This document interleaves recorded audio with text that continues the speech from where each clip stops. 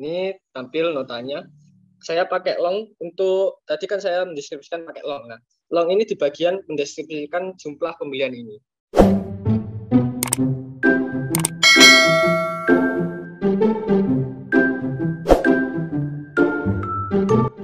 Assalamualaikum warahmatullahi wabarakatuh, adik-adik mahasiswa. Selamat menyaksikan presentasi dari teman kalian Prodi Sistem Komputer semester 2 mata kuliah Algoritma Pemrograman. Oke. Assalamualaikum warahmatullahi wabarakatuh. Pada siang hari ini akan dipresentasikan UAS Prodi Sistem Komputer mata kuliah Algoritma Pemrograman yang diawali oleh kelompok 1 oleh John Albert Nico dan Isom ya. Untuk menyingkat waktu silakan untuk kelompok 1 dimulai. Monggo silakan.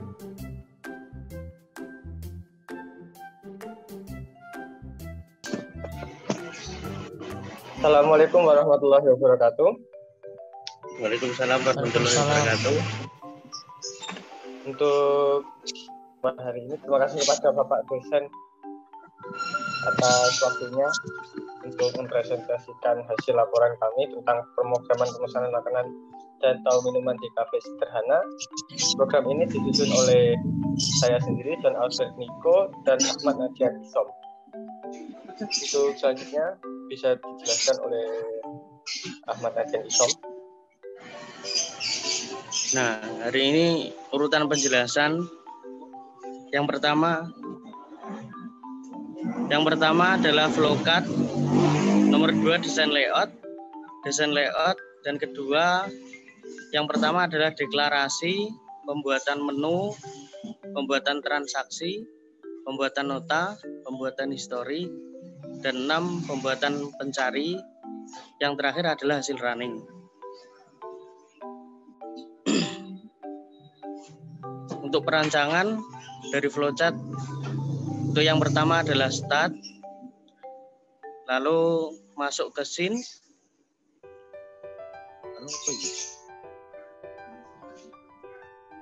lalu masuk ke ini ya rumusnya, lalu scene transaksi, batas A total bayar sama dengan batas A HK, batas A PPN, lalu lanjut code nota, menampilkan nota. Lalu untuk yang kedua, mengeluarkan code history, mengeluarkan history. Dan yang ketiga, scene nomor meja, ini rumusnya seperti itu. Lalu menampilkan hasil pencarian. Dan yang terakhir, selesai. Untuk desain layout, 1 daftar menu, 2 penginputan user, 3 nota. Yang pertama,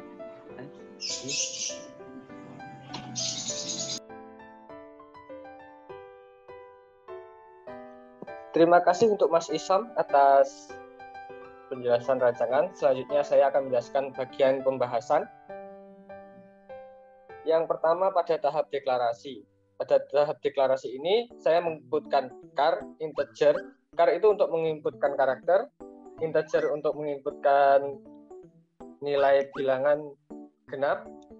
Setelah itu string untuk sebuah kalimat, float untuk bilangan desimal, dan long untuk bilangan yang nanti bisa ditampilkan dalam bentuk yang panjang. Yang kedua, saya merancang untuk pilihan menunya agar nanti dalam program runningnya user itu mudah dalam mengaplikasikan program yang kami buat. Di sini kami buat ada 4 pilihannya: transaksi, history, cari pelanggan, dan keluar. Untuk penginputan kodenya nanti apabila user ingin memilih salah satu dari pilihan tersebut bisa menginputkan nomor dari pilihan.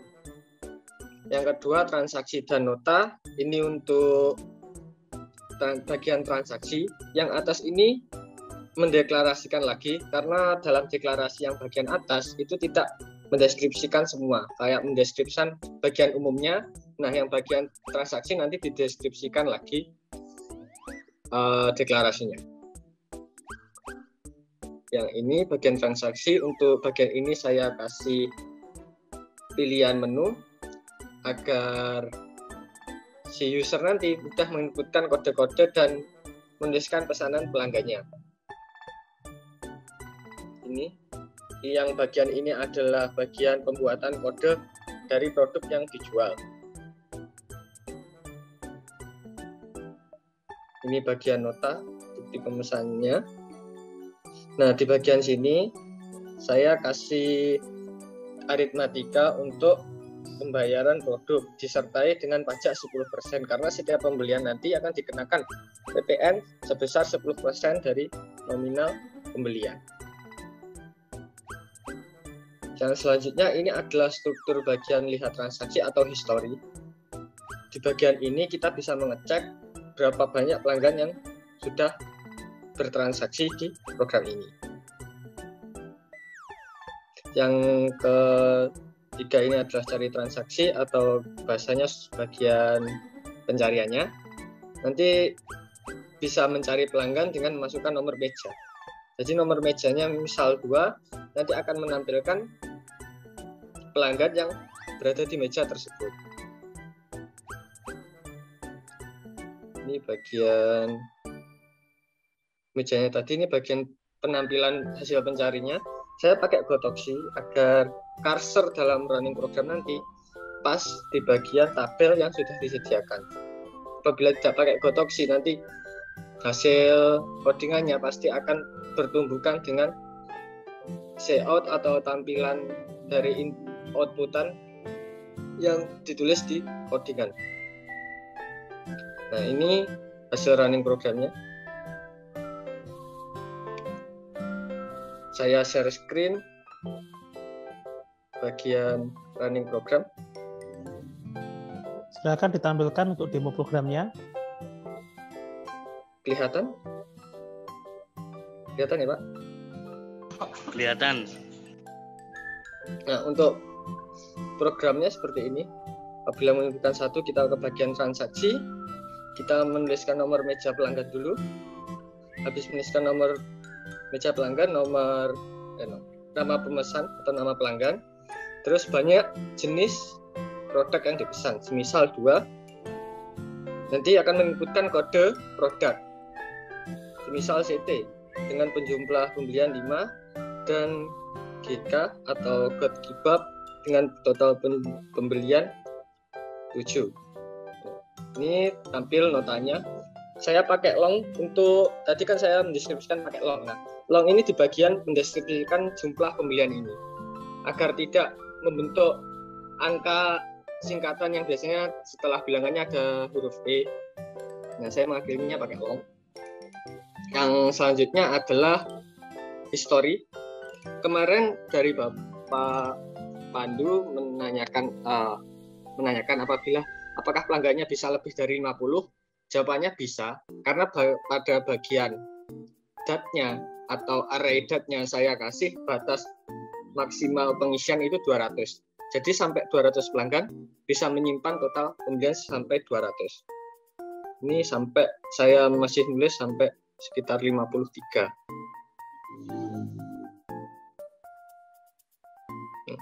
Nanti 52. Nanti apabila di enter kembali lagi ke pilihannya. Cari pelanggan. Yang ketiga, cari pelanggan. Untuk cari pelanggan, nanti kita inputkan bagian cari pelanggannya, terus kita menginputkan nomor meja yang dicari.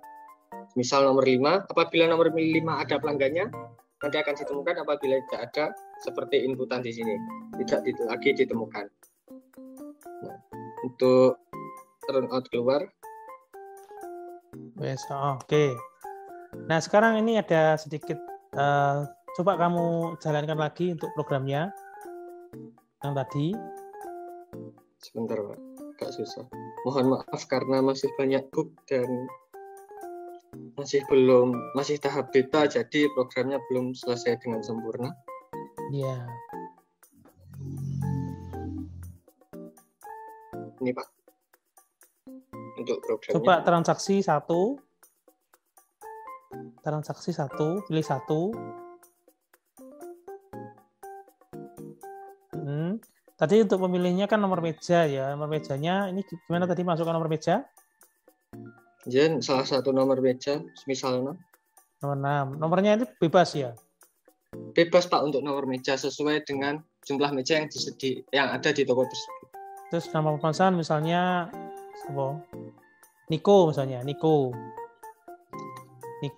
Terus banyaknya 1 aja. Kode menunya misalkan dipilih selain ini bagaimana? Misalnya AA gitu. Bisa atau tidak? Kalau semisal AA, itu nanti programnya akan kembali lagi, Pak.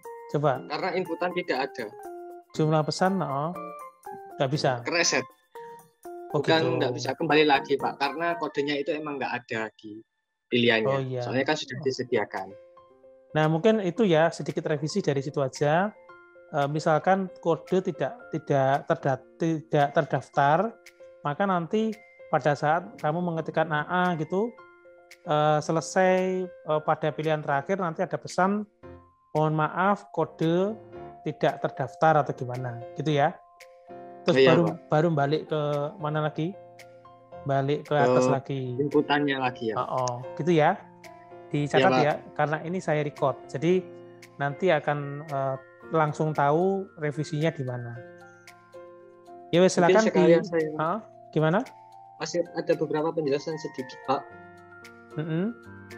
Nah, kelemahan dari program ini ada banyak, seperti nomor meja ini, kalau semisal kita menuliskan karakter, programnya langsung error.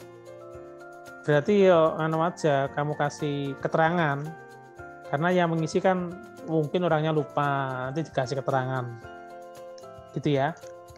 Ya. Dikasih untuk keterangan. Nanti buat teman-teman yang ingin mengetes atau menyalin program ini, jangan lupa untuk membuat if apabila nanti yang dimasukkan karakter, program akan kembali lagi ke pilihan agar tidak terjadi bug seperti ini. Leo makanya. Gitu mungkin ya. Sekian dari presentasi kami. Terima kasih buat teman-teman yang sudah mendengarkan. Saya kembalikan kepada Bapak Pandu. Baik ya. Oke. Demikian untuk presentasi dari kelompok 1 ya. Kita lanjutkan untuk kelompok 2. Silakan untuk kelompok 2 dari Andika Fahri sama Fikri Asmi dipersiapkan agak cepat ya, karena kelompok 3 dan 4 sudah ngantri. Nanti kelamaan nunggunya. Silakan kelompok 2 dimulai.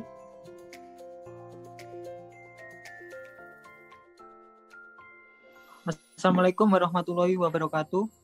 Waalaikumsalam. Saya kelompok 2, saya Fikri Asmi Fauzi dan Andika Fahri akan mempresentasikan aplikasi pencarian nama mahasiswa dengan binary search. Search atau pencarian adalah tindakan untuk mendapatkan suatu data dalam kumpulan data berdasarkan satu kunci key atau acuan data. Metode searching pada C++ antara lain sequential search, burst search, depth first search, interpolation search, dan binary search. Binary search adalah sebuah teknik pencarian data dengan cara berulang kali membagi separuh dari jumlah data yang dicari sampai sehingga memperkecil lokasi pencarian menjadi satu data. Dengan teknik ini, kita akan membuang setengah dari jumlah data. Apabila ditemukan kecocokan data, maka program akan mengembalikan output. Jika tidak, pencarian akan harus berlanjut hingga akhir dari pembagian jumlah data tersebut. Aplikasi pencarian nama mahasiswa dengan binary search akan dijelaskan oleh Andika Fahri.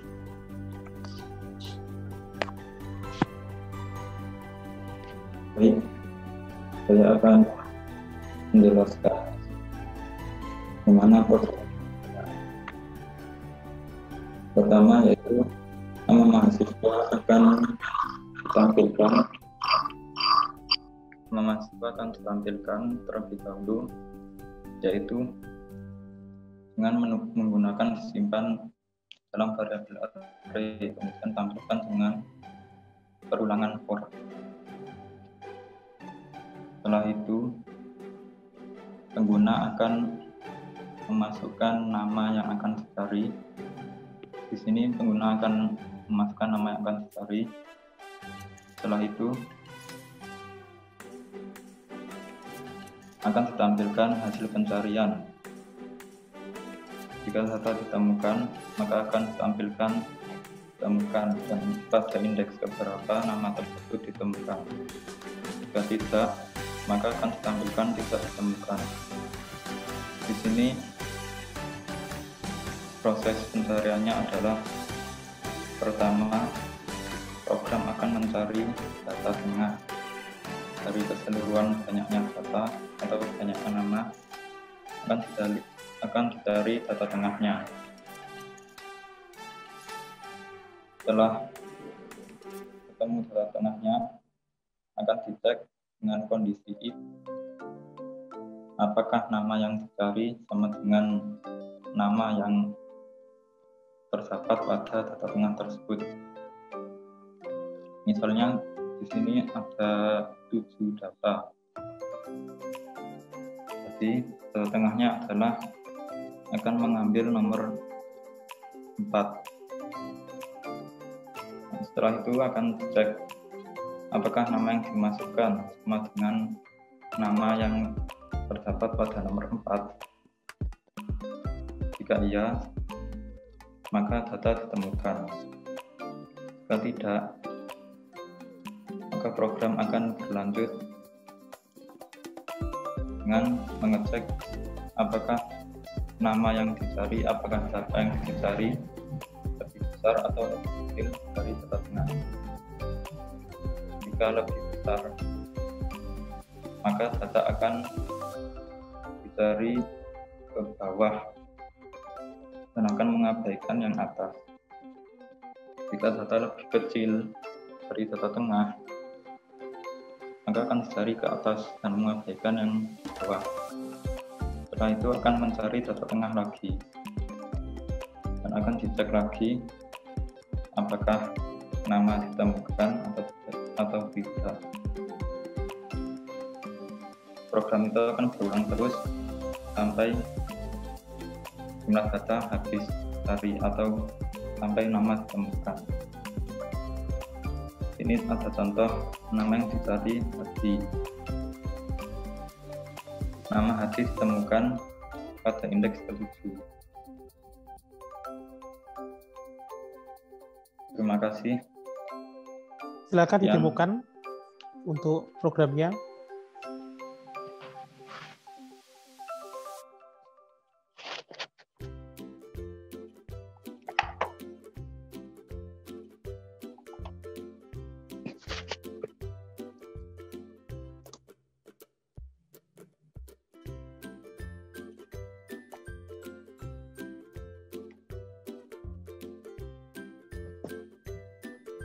Halo, programnya mana? Ini Pak.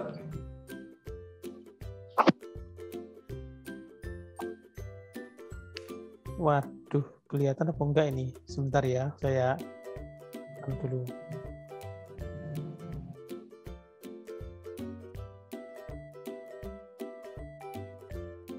Kelihatan, Cak? Kelihatan atau tidak?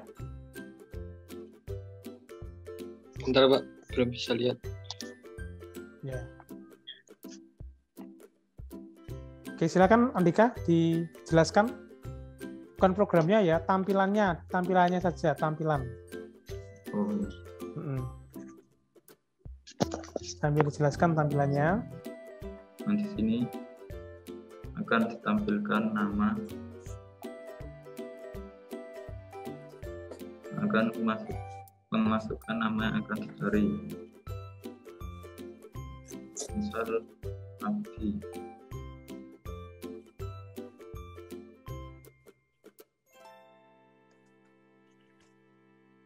Setelah itu, program akan menampilkan, jika ditemukan akan menampilkan ditemukan pada indeks ke-1. Jika ulang mencari titik huruf Y, akan mengulang. Misal kita mencari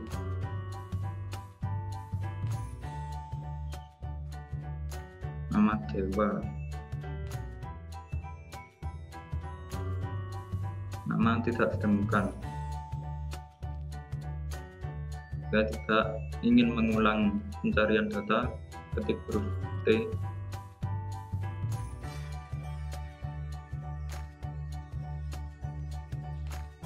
Oke, sudah? Maka program selesai. Sudah, Pak. Kalau misalnya data ketemu seperti itu ya, kalau tidak ditemukan seperti itu. Kalau ditemukan tadi gimana? Coba diulangi lagi kalau ditemukan.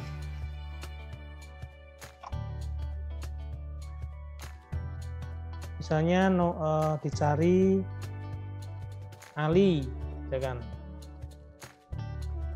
Ya, enter.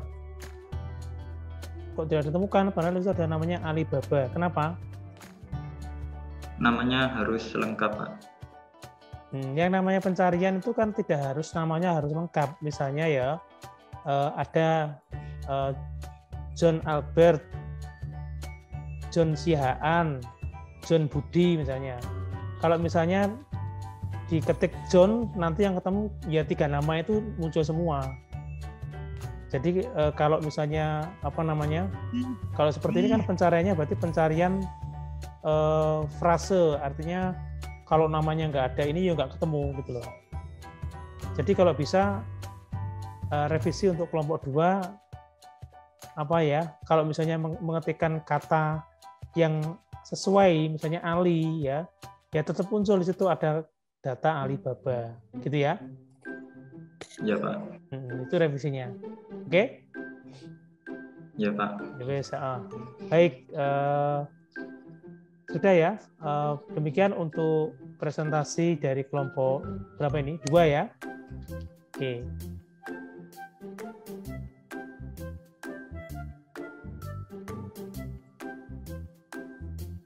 Assalamualaikum warahmatullahi wabarakatuh. Pada siang hari ini akan dipresentasikan UAS Final Project mata kuliah Algoritma Pemrograman Prodi Sistem Komputer yang akan dipresentasikan ketiga adalah pada kelompok 3. Kelompok 3 beranggotakan Farhan Putra dan Bagus Wahyu Nugraha. Untuk waktu dan tempat dipersilakan untuk memulai presentasi ini. Silakan untuk kelompok 3, Bagus sama Farhan, dimulai. Assalamualaikum warahmatullahi wabarakatuh. Waalaikumsalam warahmatullahi. Jadi, langsung saja nih Pak. Di sini kita akan mempresentasikan mengenai pengurutan bilangan menggunakan Radix.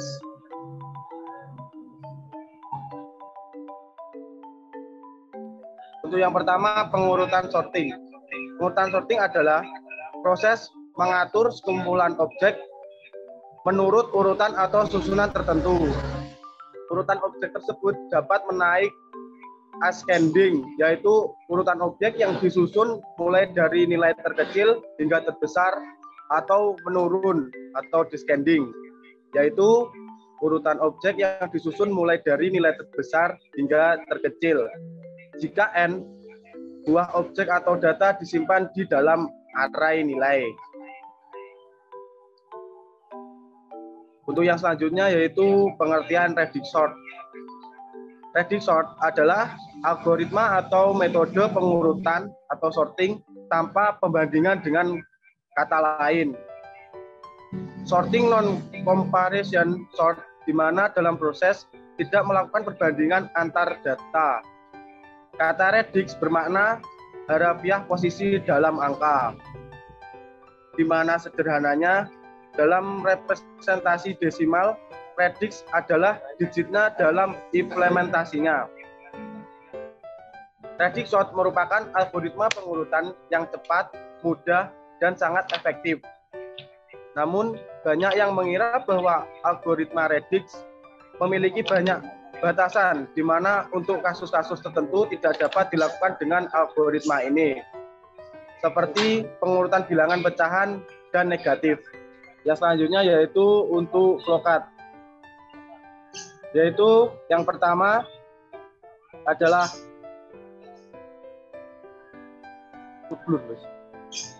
ambil bilangan terbesar, lalu urutkan bilangan yang dituliskan. Yang selanjutnya yaitu ambil bilangan-bilangan tersebut yang paling besar. Terus yang selanjutnya yaitu diurutkan dari kecil sampai besar sampai terurut. Jika sudah terurut baru ditampilkan. Jika tidak bisa tampil, maka diulangi dari bilangan yang dituliskan.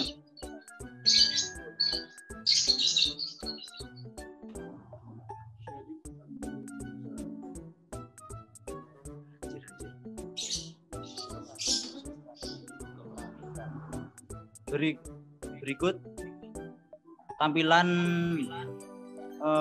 codingan yang kita buat, berisi nama program dibuat, terus pilihan. Untuk pemilihan kita ada 3, ascending, descending, dan kembali. Itu ditentukan dengan angka 1, 2, 3. Setelah memilih salah satu ascending atau descending, maka ditunjukkan menu seperti masukkan jumlah data yang akan diurutkan. Masukkan beberapa data. Di sini saya memasukkan maksimal 10 data yang kami tampung. Setelah itu diproses menjadi array. Arraynya seperti urutan. Ini urutan yang pertama, angka pertama bilangan dalam bilangan. Artinya itu kalau kita memasukkan puluhan atau ratusan, itu angka yang pertama dalam bilangan tersebut. Setelah itu urutan yang kedua, angka kedua dalam bilangan, itu angka kedua dalam bilangan yang kita masukkan. Semisal 200, angka yang dimasukkan adalah 0. Dan seterusnya. Data terurut adalah data itu yang benar-benar diurutkan. Sudah.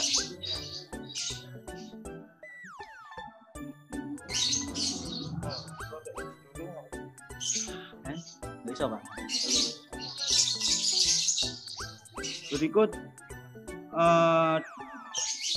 deklarasi dari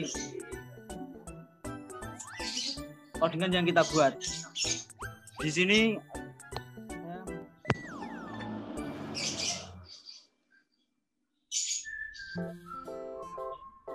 langsung dijalankan atau didemokan programnya saja, silakan. Ya wes, nggak apa-apa. Jadi nanti revisinya diperbaiki agar bisa berjalan aplikasinya. Begitu ya? Ya, Pak. Ya. Oke. Ya wes, kalau sudah silakan ditutup untuk kelompok 3. Sekian dari kami dari kelompok 3. Apabila ada kurangnya kami mohon maaf. Saya akhiri billahi taufiq wal hidayah. Wassalamualaikum warahmatullahi wabarakatuh. Waalaikumsalam warahmatullahi wabarakatuh.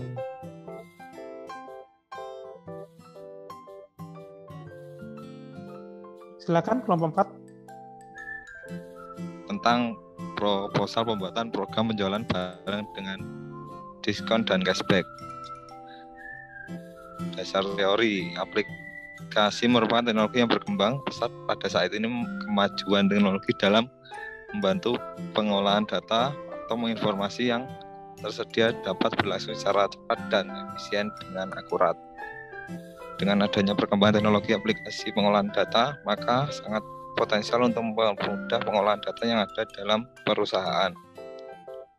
Latar belakang pembuatan program ini agar mempermudah kinerja kasir dalam melakukan transaksi dalam sebuah toko yang sedang mengadakan diskon dan cashback.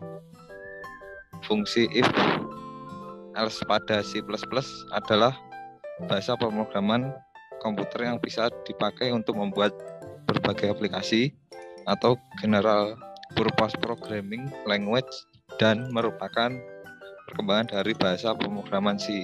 Bahasa C++ kadang disebut juga sebagai C with bahasa pemrograman C++ bisa dipakai untuk membuat aplikasi desktop seperti antivirus, software pengolah gambar, atau image processing, aplikasi pengolah data, hingga untuk membuat komputer bahasa pemrograman lain.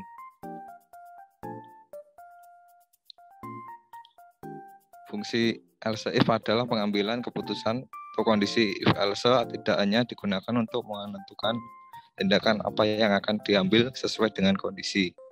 Fungsi else if digunakan untuk menentukan tindakan apa yang akan diambil atau dijalankan jika kondisi tidak sesuai, di mana jika pernyataan benar true, maka kode dalam if akan dieksekusi. Jika bernilai salah false, maka akan mengeksekusi kode di dalam else. Penggunaan if else dapat kita terapkan dalam berbagai macam cara, misalnya dalam menghitung total pembayaran dengan diskon dan cashback di sebuah toko. Ada beberapa statement atau kondisi if else dan elif.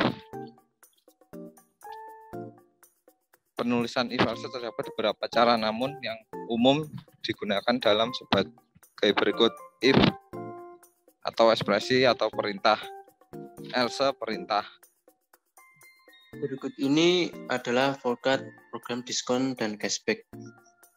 Pertama-tama kita mulai, lalu kita masukkan nama barang yang akan dibeli si pembeli. Setelah itu masukkan harga barang yang mau dibeli. Lalu untuk mencari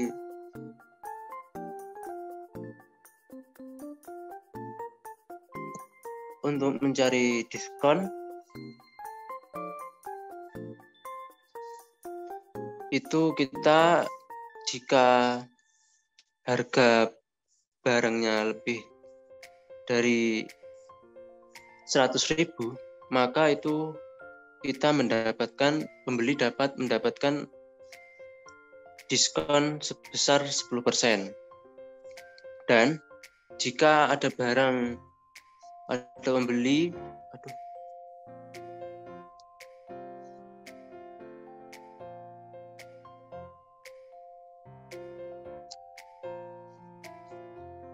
jika pembeli membeli lebih dari 1 juta, misalkan HP atau apa, itu kita nanti pembeli juga dapat cashback 10%. Setelah itu kita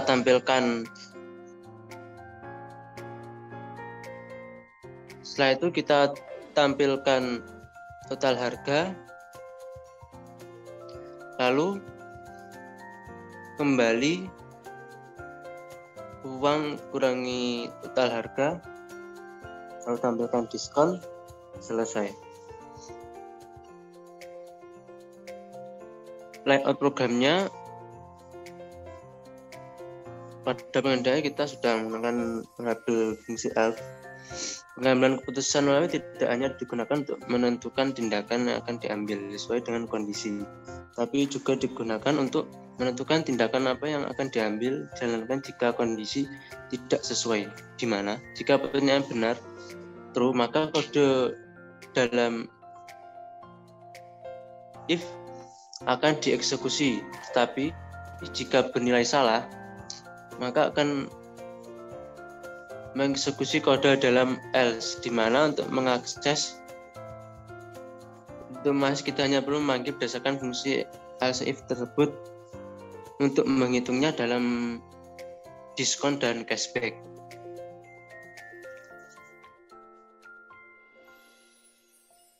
Ini ada coding untuk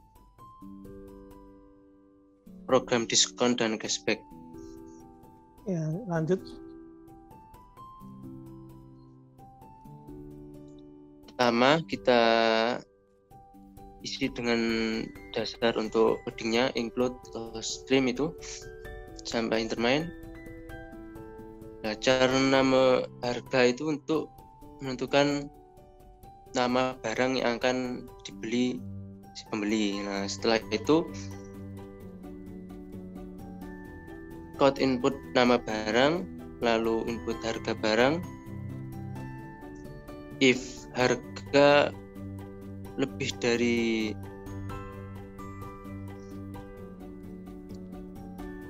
Rp1.000.000, lebih dari 100.000 atau kurang dari 100.000. Jadi nanti kalau if kan menentukan bisa lebih bisa kurang. Jadi nanti pembelian kalau lebih dari 100.000 nanti dapat diskon, kalau kurang dari 100.000 harganya tetap itu. Lalu untuk diskonnya, cashbacknya pun sama, pakai else if juga, cuma kita memakai harga 1 juta. Setelah itu kita total harga yang akan pembeli barang yang dibeli, itu jumlah total uangnya, lalu kita total semua dan kita kembali itu. Nah, dan ini untuk hasil inputannya seperti ini. Ini untuk diskonnya, lalu ini untuk cashbacknya. Ya wes, nanti tolong dikirimkan programnya ya via Edmodo, nanti mau nunggu pengumuman di grup. Silakan ditutup kelompok 4. Sekian presentasi dari kelompok 4. Jika ada kurang lebihnya mohon maaf. Assalamualaikum warahmatullahi wabarakatuh. Waalaikumsalam warahmatullahi wabarakatuh.